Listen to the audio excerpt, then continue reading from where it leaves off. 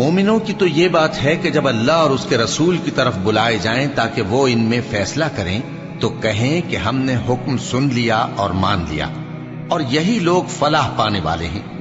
اور جو شخص اللہ اور اس کے رسول کی فرما برداری کرے گا اور اس سے ڈرے گا اور اس کا تقوی اختیار کرے گا تو ایسے ہی لوگ مراد کو پہنچنے والے ہیں۔ اور یہ اللہ کی سخت سخت قسمیں کھاتے ہیں کہ اگر تم ان کو حکم دو تو سب گھروں سے نکل کھڑے ہوں۔ کہہ دو کہ قسمیں مت کھاؤ، پسندیدہ فرما برداری درکار ہے، بے شک اللہ تمہارے سب اعمال سے خبردار ہے۔ کہہ دو کہ اللہ کی فرما برداری کرو اور رسول کے حکم پر چلو۔ اگر منہ موڑو گے تو رسول پر اس چیز کا ادا کرنا ہے جو ان کے ذمے ہے، اور تم پر اس چیز کا ادا کرنا ہے جو تمہارے ذمے ہے۔ اور اگر تم ان کے فرمان پر چلو گے تو سیدھا رستہ پالو گے، اور رسول کے ذمے تو صاف صاف پہنچا دینا ہے۔ جو لوگ تم میں سے ایمان لائے اور نیک کام کرتے رہے ان سے اللہ کا وعدہ ہے کہ ان کو ملک کا حاکم بنا دے گا، جیسا ان سے پہلے لوگوں کو حاکم بنایا تھا،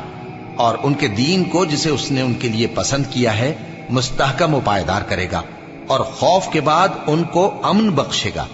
وہ میری عبادت کریں گے اور میرے ساتھ کسی چیز کو شریک نہ بنائیں گے،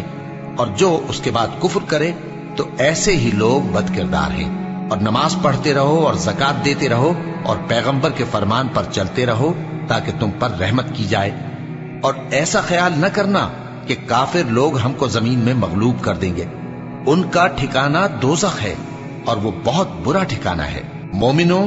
تمہارے باندی غلام اور جو بچے تم میں سے بلوغ کو نہیں پہنچے 3 دفعہ یعنی 3 اوقات میں تم سے اجازت لیا کریں، ایک تو نماز فجر سے پہلے، اور دوسرے گرمی کی دوپہر کو جب تم کپڑے اتار دیتے ہو، اور تیسرے عشاء کی نماز کے بعد۔ یہ 3 وقت تمہارے پردے کے ہیں، ان کے آگے پیچھے یعنی دوسرے وقتوں میں نہ تم پر کچھ گناہ ہے اور نہ ان پر کہ کام کاج کے لیے ایک دوسرے کے پاس آتے رہتے ہو۔ اس طرح اللہ اپنی آیتیں کھول کھول کر بیان فرماتا ہے، اور اللہ بڑا علم والا ہے، بڑا حکمت والا ہے۔ اور جب تمہارے لڑکے بالغ ہو جائیں تو ان کو بھی اسی طرح اجازت لینی چاہیے جس طرح ان سے اگلے یعنی بڑے آدمی اجازت حاصل کرتے رہے ہیں۔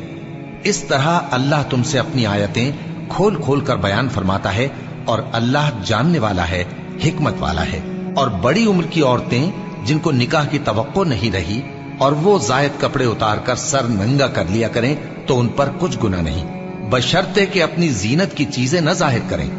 اور اگر اس سے بھی بچیں تو یہ ان کے حق میں بہتر ہے، اور اللہ سنتا ہے، جانتا ہے۔ نہ تو اندھے پر کچھ گناہ ہے اور نہ لنگڑے پر اور نہ بیمار پر اور نہ خود تم پر کہ اپنے گھروں سے کھانا کھاؤ، یا اپنے باپ دادا کے گھروں سے، یا اپنی ماؤں کے گھروں سے، یا بھائیوں کے گھروں سے، یا اپنی بہنوں کے گھروں سے، یا اپنے چچاؤں کے گھروں سے، یا اپنی پھوپھیوں کے گھروں سے، یا اپنے ماموؤں کے گھروں سے، یا اپنی خالاؤں کے گھروں سے، یا اس گھر سے جس کی کنجیاں تمہارے ہاتھ میں ہوں، یا اپنے دوستوں کے گھروں سے۔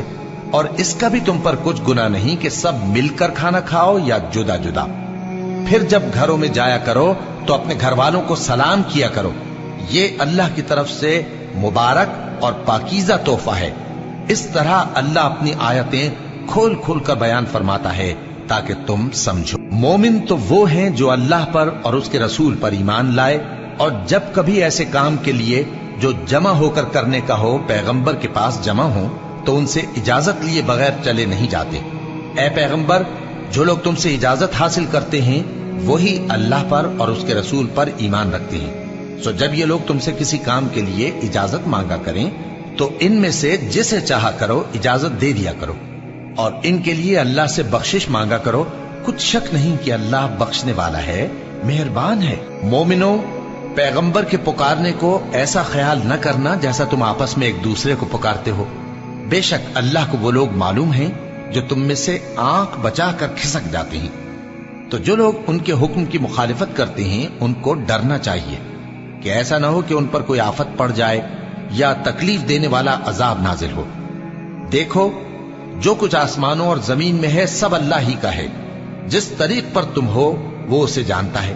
اور جس روز لوگ اس کی طرف لوٹائے جائیں گے تو جو عمل وہ کرتے رہے وہ ان کو بتا دے گا، اور اللہ ہر چیز سے واقف ہے۔